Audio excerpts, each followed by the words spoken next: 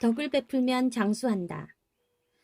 주역 권계와 곤계의 해설서인 문헌전에 선한 일을 많이 한 집안에는 넘치는 경사가 있고 선하지 못한 일을 많이 한 집안에는 넘치는 재앙이 있다는 말이 있다. 여기서 여경이란 남아있는 경사라는 뜻으로 선을 많이 쌓으면 그 당사자뿐만 아니라 자손대까지 경사가 있고, 여앙이란 남아있는 재앙이란 뜻으로 선하지 못한 일을 쌓으면 그 당사자뿐만 아니라 그 자손까지 재앙이 있다는 뜻이다. 선을 덕으로 바꾸어 사용하는 경우도 많다. 즉 적덕여경이라 하여 덕을 쌓으면 넘치는 경사가 있다는 뜻으로도 많이 쓰인다. 이는 현대적 관점에서 해석하면 덕을 베풀면 자신이 베푼 덕 이상으로 경사스러운 일이 생긴다는 뜻이다. 고전에는 덕을 베풀면 복을 받고 부덕한 일을 행하면 화를 당한다는 경구가 무수히 나온다. 이런 말에 대해 우리는 을에 착하게 살라는 말이겠거니 하면서 그저 도덕적인 권면사항 정도로 치부하고 지나쳤다. 그런데 도덕적 경고로 그치는 게 아니라 실제로 그렇다는 사실이 과학적으로 밝혀지고 있다. 1980년대 미국 하버드 대학교의 행동주의 심리학자인 데이비드 맥클랜드 교수팀은 일련의 흥미로운 실험을 실시했다. 그는 132명의 하버드대 학생들에게 테레사 수녀가 인도에서 가난한 사람들을 돕는 영상을 보여주었다. 그런 후 침 속의 면역 항체의 변화를 측정한 결과 그 영상을 보기 전보다 50%가 증가했다는 사실을 발견하였다. 선행에 대한 영상을 직접 보는 것뿐만 아니라 선행을 한 사람에 대한 책을 읽거나 그런 행동을 보거나 심지어는 듣는 것만으로도 항체의 증가를 가져온다는 사실을 발견했는데, 이는 마더 테레사 효과 또는 슈바이처 효과라 명명하였다. 맥클랜드 교수팀은 사랑에 대해 생각하거나 사랑을 베풀거나 받는 것은 면역체계를 강화한다는 결론을 내렸다. 진정성 있는 봉사활동, 수면 연장 효과. 한편 봉사활동을 직접 참여하거나 기부활동을 하는 경우에도 항체의 증가 현상이 나타나고 건강이 증진된다는 사실이 발견됐다. 그런데 같은 봉사활동이라도 대가를 받는 경우보다는 무료로 봉사활동을 하는 경우 항체의 수가 더 많이 증가한다는 사실도 확인됐다. 그러니까 무료 봉사활동의 대가는 돈이 아니라 건강이었다는 것이다. 비영리 단체의 지도자이자 전문가인 앨런 룩스는 남을 도울 때 느끼게 되는 최고조의 기분을 헬퍼스 하이라 했는데, 그의 연구에 따르면 주기적인 봉사활동을 하는 사람들은 하지 않는 사람들보다 건강할 확률이 10배나 높다고 한다. 그 이유는 헬퍼스 하이가 지속되는 동안 육체적, 정신적 스트레스가 감소되고 혈압과 콜레스테롤 수치가 현저히 낮아지며 엔돌핀이 정상 상태의 3배 이상 분비되기 때문인 것으로 확인됐다. 이런 이유로 봉사활동을 주기적으로 하는 사람은 하지 않는 사람보다 훨씬 건강하다는 것이다. 흥미로운 것은 겉으로 보기에는 같은 봉사라 할지라도 자신을 과시하기 위해서 또는 자신의 만족만을 위해서 하는 봉사는 건강 증진 효과가 없다는 것이다. 미시건 대학교 사라 콘레스 박사의 연구 결과이다. 콘레스 박사의 연구 결과는 1957년부터 위스콘신 고등학교 졸업생 1317명을 대상으로 진행되고 있는 위스콘신 종단 연구 데이터를 새롭게 분석하는 과정에서 도출되었다. 2004년에 연구팀은 연구 대상자들에게 평소에 봉사를 하고 살았는지, 봉사를 했다면 이유가 무엇인지에 대해 물었다. 여기에 이 연구의 핵심이 있다. 단순히 봉사만 한 사실을 확인한 것이 아니라 그 이유가 무엇인지를 파악하려는 것이다. 이런 질문을 한 다음 4년 뒤인 2008년에 이르기까지 이들 가운데 얼마나 사망했는지를 조사해봤다.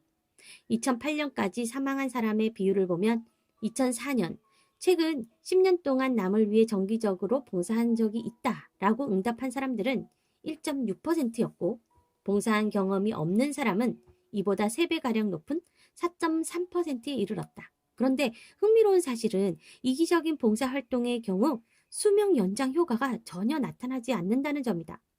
응답자들 가운데 봉사활동을 했더라도 그 이유가 나 자신의 만족을 위해서라고 답한 사람들은 사망률에 봉사활동하지 않은 사람들과 차이를 거의 보이지 않았다. 여기서 우리는 사랑을 담은 봉사만이 마더 테레사 효과가 나타난다는 사실을 알 수 있다. 자신의 이권을 챙기기 위해 사진을 찍어서 알림으로써 명성을 얻거나 인도주의자라는 것을 과시하기 위해 상부의 지시에 의해 마지못해 하는 봉사나 기부활동은 인체 면역력을 증가시키지 못한다는 것이다. 이상의 연구 결과에서 우리는 무엇을 알 수 있을까?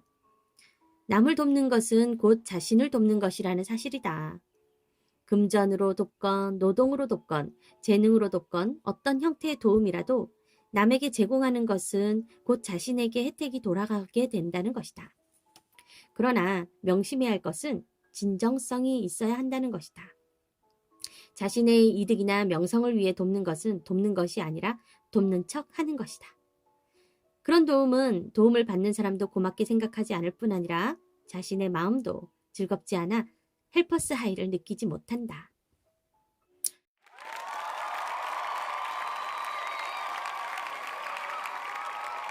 물은 배를 띄우기도 뒤집기도 한다. 고대 중국의 은조왕에서 주왕조로 교체된 사건을 은주혁명이라 하는데 은나라에서 주나라로 천명이 바뀌었다는 뜻이다. 주나라 때에 이르러 천인이 천명이니 하는 개념이 등장한다. 백이숙제가 은나라의 주왕을 토벌하러 가는 주나라 무왕의 수레를 가로막고 말한 것은 신하로서 임금을 치는 것은 명분이 없다는 것이다. 따라서 역성혁명에 타당한 명분을 찾아낸 것이 천명이라는 개념이다. 왕은 하늘의 아들, 곧 천자로서 천명을 받아 천리에 따라 천하를 다스려야 한다. 그러면 천명은 어디에 있는가? 그것은 바로 민심에 있는 것인데 덕을 잃고 민심을 잃은 은나라의 주왕은 이미 천명을 다한 것이다. 그러나 덕이 있고 민심을 얻은 주나라 무왕은 천명을 얻은 것이다. 따라서 주무왕이야말로 천자로서 천하를 다스릴 자격이 있다는 것이다. 천명, 천자라는 개념은 이때부터 생겨나서 이후 중국을 중심으로 동아시아 질서의 사상적 배경이 됐다. 후세의 기존 왕조를 타도하고 새 왕조를 세우려는 자들이나 기득권 세력을 쫓아내고 권력을 장악하려는 자들이 자신의 행위를 합리화시키는 명분을 하나같이 천명이라는 개념이었다. 이와 같이 고대 동양에서는 임금이 되는 것을 천명을 받았다고 했다. 그럼 천명이란 무엇인가? 그것은 하늘에 내려오는 어떤 신비한 조짐이나 번쩍하면서 내려오는 계시가 아니라 민심의 향배를 말한다. 즉 천명이 민심으로 나타나는 것이다. 따라서 백성이 받들고 따르는 사람이 천명을 받은 것이다. 그러므로 만일 임금에게서 민심이 떠나면 천명이 떠난 것이므로 임금 노릇도 끝장이다.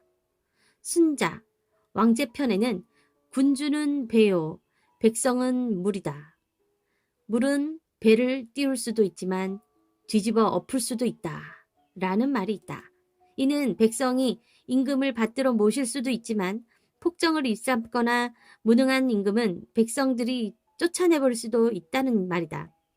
이와 같이 유학에는 임금을 그저 받들기만 하는 대상이 아니라 임금답지 못하면 교체해야 한다는 혁명 사상이 강하게 담겨 있다. 맹자에도 이런 내용이 담겨 있다. 제나라 선왕이 맹자에게 물었다. 은나라 탕왕이 하나라 거랑을 감금하고 주나라 무왕이 은나라 주왕을 토벌했다고 하는데 그런 일이 있었습니까? 맹자가 대답했다. 전하는 바 그렇다고 합니다. 선왕이 물었다. 신하가 임금을 죽여도 됩니까? 맹자가 대답했다. 인을 해치는 것을 적이라 하고 의를 해치는 것을 잔이라 합니다.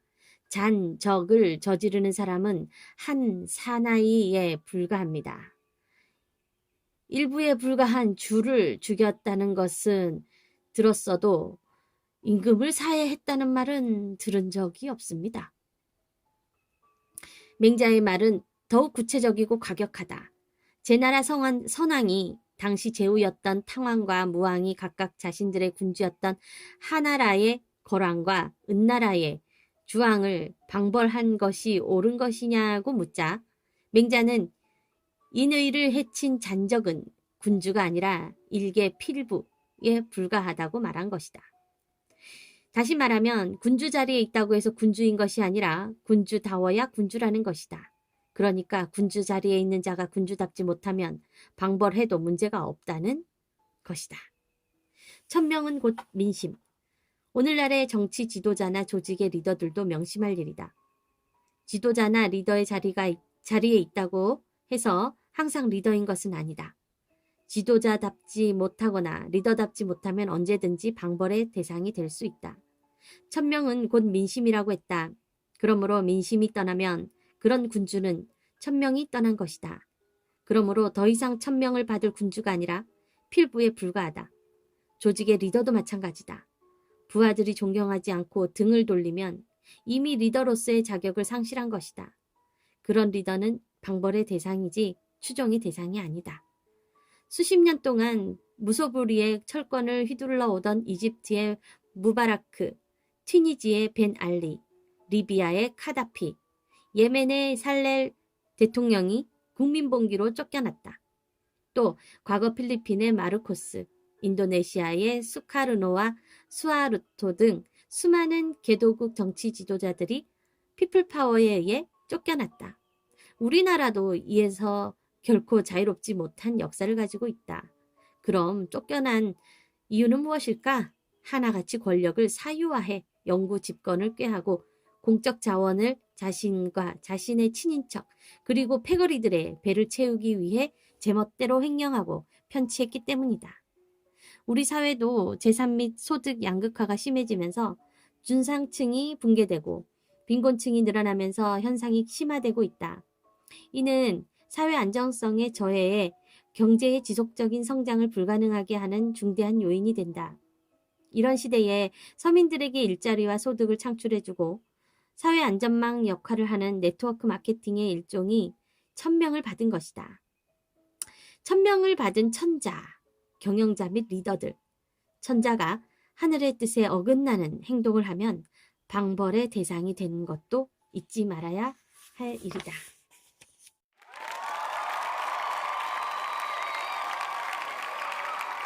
경포를 묶어 은혜에 보답하다. 중국 춘추 시대의 노나라 성공 15년에 진나라 환공이 진나라를 침공했다. 그런데 진나라의 장수 두회는 괴력의 소유자로 범 같은 장수였다. 당시의 싸움은 한두 명의 뛰어난 장수가 전쟁의 승패를 좌우했다. 항우나 관우 같은 장수들이 엄청나게 큰 칼이나 창이나 도끼를 휘두르면서 군사들의 목을 날려버리는데 누가 감히 덤벼들 생각을 하겠는가. 두회가 바로 그런 장수였다. 진나라의 두회의 계력을 믿고 파죽지세로 공격해 나갔다. 그런데 진나라의 장수 위과가 두어 사람의 장수들이 덤벼도 당하지 못할 두회를 쉽게 사로잡게 됨에 따라 진나라가 진나라를 격파하고 전쟁에서 승리하게 되었다. 그럼 위가는 어떻게 두회를 사로잡을 수 있었을까? 위가가 두회보다 더 힘이 셌었을까? 그 사연은 이렇다.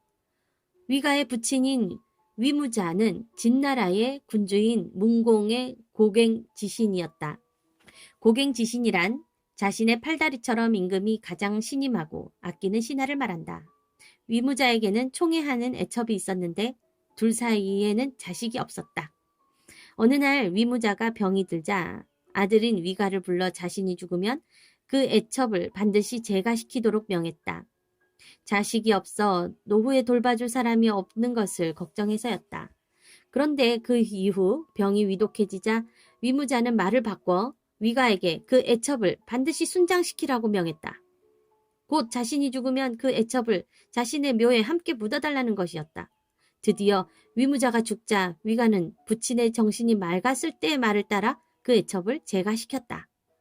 위가가 진나라와의 전투에 나가 대치하고 있을 때 어떤 노인이 적장인 두회 앞에서 풀을 묶어 올무를 만들어 두회의 진격을 막는 것을 보았다. 결국 두회가 탄 말이 묶인 풀에 발에 걸려 넘어지자 두해는 그만 꼬꾸라지고 말았다. 이 틈에 진나라 군사들이 벌떼처럼 달려들어 두해를 사로잡을 수 있었고 두해만 믿고 진격하던 진나라 군대는 장수가 사로잡히는 꼴이 되자 지리멸멸하게 돼 무너져버리는 바람에 진나라가 전쟁에서 승리할 수 있었다. 그날 밤 위가가 꿈을 꾸었는데 낮에 풀을 묶었던 그 노인이 나타나 말했다. 나는 그대가 제가 시킨 부인의 아비요. 그대가 부친의 정신이 맑을 때 명을 따랐으므로 내가 보답을 한 것이요. 라고 하였다. 이런 고사에서 결초보은이라는 사자성어가 만들어졌다. 풀을 묶어 은혜에 보답한다는 뜻이다. 이와 같이 은혜를 베풀면 죽어서라도 은혜를 갚는다는 교훈을 주는 이야기이다. 이 이야기는 좌구명이 지은 춘추좌전에 실려 있다. 이 이야기는 우리에게 무엇을 말해주는가? 우리 속담에 되로 주고 말로 받는다는 말이 있다. 적게 주고 그 몇 갑절이나 많이 돌려받는다는 뜻인데 이 말은 부정적인 측면에서도 적용되고 긍정적인 측면에서도 적용된다. 부정적인 측면에서는 남에게 피해를 주면 나중에 몇 갑절이나 더 큰 피해를 당하게 된다는 말이나 긍정적인 측면에서는 남에게 은혜를 베풀면 나중에 몇 갑절이나 더 큰 보답을 받게 된다는 뜻이다. 이 이야기는 후자에 해당된다. 아버지의 애첩을 제거시켜준 단순한 은혜가 전쟁에서 승리할 수 있게 보답으로 돌아온 것이다. 선전지가 필류여경이요 적불선지가 필류여왕이라는 말이 있다. 선을 많이 쌓은 집안엔 경사가 남아있고 불선을 쌓은 집안에는 재앙이 남아있다는 말로 주역에 있는 문구이다. 여기서 남는 경사란 두 가지 뜻으로 해석된다. 하나는 자신이 베푼 선이 자신뿐만 아니라 자손대까지 보답한다는 뜻이고 다른 하나는 자신이 베푼 선보다 더 큰 보답이 돌아온다는 뜻이다. 반대로 만일 남에게 선하지 않은 행동을 하면 재앙이 자신뿐만 아니라 자손들까지 미치고 그 재앙의 크기는 자신이 저지른 물선보다 더 크다는 것이다. 이런 사례는 동서고금을 막론하고 많이 찾아볼 수 있다. 위에서 든 결초보은의 케이스도 한 예이다. 이런 맥락에서 본다면 네트워크 마케팅에 대한 비우호적인 평판도 그동안 업계 일부 경영자들과 사업자들이 저질러온 불선의 업보일이라. 그럼 여기서 말하는 불선이란 무엇이고 선이란 무엇인가? 그것은 추상적이거나 형이상학적인 개념이 아니라 구체적이고 형이하학적인 개념이다. 불선은 구체적으로 자신의 이익을 위해 남에게 피해를 주는 행위를 말한다. 피해는 물질적인 것일 수도 있고 정신적인 것일 수도 있다. 불선에 해당하는 것은 자신의 PV를 맞추기 위해 파트너들을 동원해 베팅을 하는 행위. 베팅에서 처분하지 못한 제품을 모종의 루트를 통해 덤핑하는 행위. 남의 파트너를 온갖 감언이설로 꼬드겨 가로채는 행위 등 불로소득을 즐기는 돼지클럽. 자신의 이익을 위해 남을 모함하는 음해성 헐뜯기와 투서. 근거 없는 험담이나 루머 퍼뜨리기. 폭언. 파트너나 스폰서에게 대한 갑질. 파트너들에 대한 후원을 소홀히 하는 행위. 스폰서를 뜯어먹으려고 하는 겁박하거나 비난하는 행위. 행사장에서 소란을 피우는 행위. 시스템의 상습적인 불참 등이다. 선은 자신의 물질적, 시간적, 육체적 희생에도 불구하고 대가를 바라지 않고 남을 위해 무언가를 베푸는 것이다. 선에 해당되는 행위로는 파트너들에 대한 물심양면의 후원, 회사 주간의 각종 행사에 적극적으로 참여하고 나아가서는 강의, 사회, 스텝 등으로 일하는 것이다. 사회적 약자들에 대한 지원 및 봉사활동 등이다. 분명한 것은 선을 행하는 사람은 자신이 베푼 선보다 더 큰 보상을 받는다는 것이고 불선을 행한 사람은 자신이 저지른 불선보다 더 큰 재앙을 당한다는 것이다. 얼핏 보기에는 불선을 행하는 것이 자신에게 이익인 것처럼 보이지만 그건 단기적인 현상이다. 장기적으로 그런 사람들은 돈도 벌지 못하고 존경도 받지 못한다. 이것은 인과응보요 자연 법칙이다. 공자가 구슬의 실을 꿰다. 공자가 주유천하하면서 진나라를 지나갈 때에 있었던 일이다. 어떤 사람에게서 진귀한 구슬을 얻었는데 9굽이가 구부러진 구멍이 있었다고 한다. 그러니까 구슬 안쪽에 구멍이 뚫려 있지만 구멍이 직선으로 뚫려 있지 않고 구슬 속에는 9번 구부러져 있었던 것이다. 공자는 이것을 실로 깨려고 여러 가지 방법을 동원했으나 성공할 수는 없었다. 박학다식한 공자도 구슬의 실 깨는 간단한 문제 하나 해결하지 못하는 것이다. 그런데 문득 바느질하는 안악내라면 그 방법을 알 수 있을 것이라는 생각이 들어 근처에서 뽕을 따고 있는 여인에게 물었다. 그러자 안악은 이렇게 말했다. 조용히 생각하십시오. 생각을 조용히 하십시오. 공자는 조용히 생각한 끝에 그 뜻을 깨닫고는 개미를 잡아다가 개미 허리에 실을 메었다. 개미를 구슬의 한쪽 구멍에 밀어넣고는 다른 한쪽 출구가 되는 구멍에 꿀을 발라서 개미를 유인했다. 마침내 허리에 실을 맨 개미가 출구로 나왔다. 그토록 깨워보려고 하다 실패했던 일을 안악의 힌트와 개미가 해낸 것이다. 공자는 안악이 일러준 밀에서 꿀을 떠올렸던 것이다. 이러한 고사에서 공자천주, 곧 공자가 구슬을 꿰다 라는 사자성어가 만들어졌다. 이는 자기보다 못한 사람에게 모르는 것을 묻는 것이 부끄러운 일이 아님을 가르쳐주기 위해 만들어진 말이다. 공자 같은 지성인도 구슬의 실을 깨는 문제는 바느질하는 안악보다 못하다는 것을 말해주는 말이다. 남북조 시대의 송나라 문제 때에 심경지라는 백전노장이 있었다. 그는 10대 초반부터 전쟁터에 나가 많은 전공을 세운 장군으로 변경 수비를 총괄하기도 했다. 이 무렵 문제는 북위의 태무제와 강남을 땅을 두고 첨예하게 대립하고 있었다. 그러던 중 태무제가 몽골 땅의 유목민이 세운 국가인 유연을 공격하자 문제는 권신들을 불러 북위에 대한 공격 문제를 논의했다. 회의에 참석한 대부분의 문신들은 이구동성으로 북위를 제압할 수 있는 기회라며 공격하는 데 찬성했다. 그런데 이를 지켜본 심경지는 문제에게 간언했다. 나라를 다스리는 것은 자세히 따지면 가정을 다스리는 것과 별반 차이가 없습니다. 무릇 농사짓는 일은 당연히 남자 노비에게서 물어봐야 하고 배짜는 일은 당연히 여자 노비에게 물어야 합니다. 지금 폐하께서는 북위를 공격하시려고 하시면서 백면서생들과 논의하시니 어찌하시겠다는 것입니까?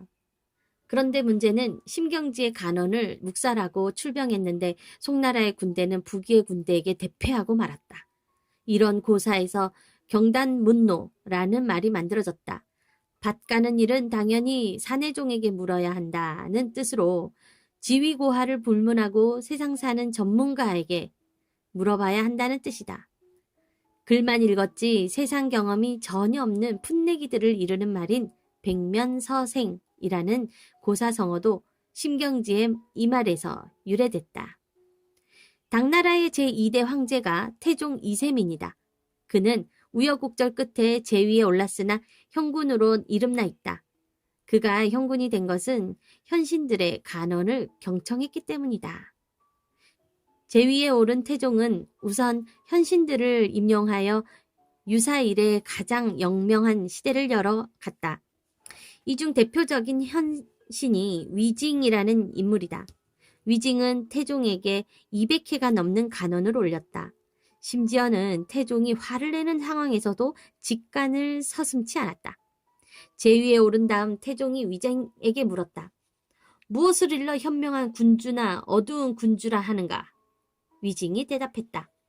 군주로서 명이라고 하는 것은 서로 다른 의견을 겸하여 듣는 것을 말하며 암이라고 하는 것은 한쪽 말만 믿는 것을 말합니다. 시경에 이르기를 옛사람이 말하였지 꼴군, 나무꾼에게도 묻는다고 했습니다. 옛날 요순 시대에는 사방의 문을 활짝 열고 사방 모든 사람들의 밝은 눈을 받아들였으며 사방의 총명함을 모두 활용했습니다. 그 까닭으로 그 성스러움이 비추지 않는 곳이 없어 공공과 곤의 무리들도 임금의 이목을 막을 수 없었고 공손한 말이나 사악한 말일지라도 임금을 미혹되게 할 수 없었습니다. 그러나 진나라 2세 황제 호에는 자신을 감추고 숨기기에 바빠 자신에게 가까이 오지 않는 자는 버리고 신분이 천한 자는 멀리하면서 조고만을 치우치게 믿었다가 천하가 무너지고 민심이 이반하고 있다는 사실도 들여다볼 수 없었습니다. 위증의 말은 한마디로 많은 사람들로부터 서로 다른 의견을 널리 들으면 현명한 군주가 되고 한쪽 말만 믿으면 어두운 군주가 된다는 것이었다. 이는 오늘날에도 그대로 적용되는 진리로 경청의 중요성을 말하고 있는 것이다. 무릇 리더의 위치에 있는 사람은 공자가 안악에게 물었듯이 하잘 것 없이 보이는 사람이라 하더라도 그의 의견을 듣는 자세가 매우 필요하다. 그러면 그는 밝은 리더가 된다. 그러나 자신이 가장 똑똑하다고 생각해 다른 사람의 말을 듣지 않거나 아부하는 사람의 말만 들으면 어두운 리더가 된다. 이런 리더가 있는 조직은 쇠락하다가 결국은 망하고 만다.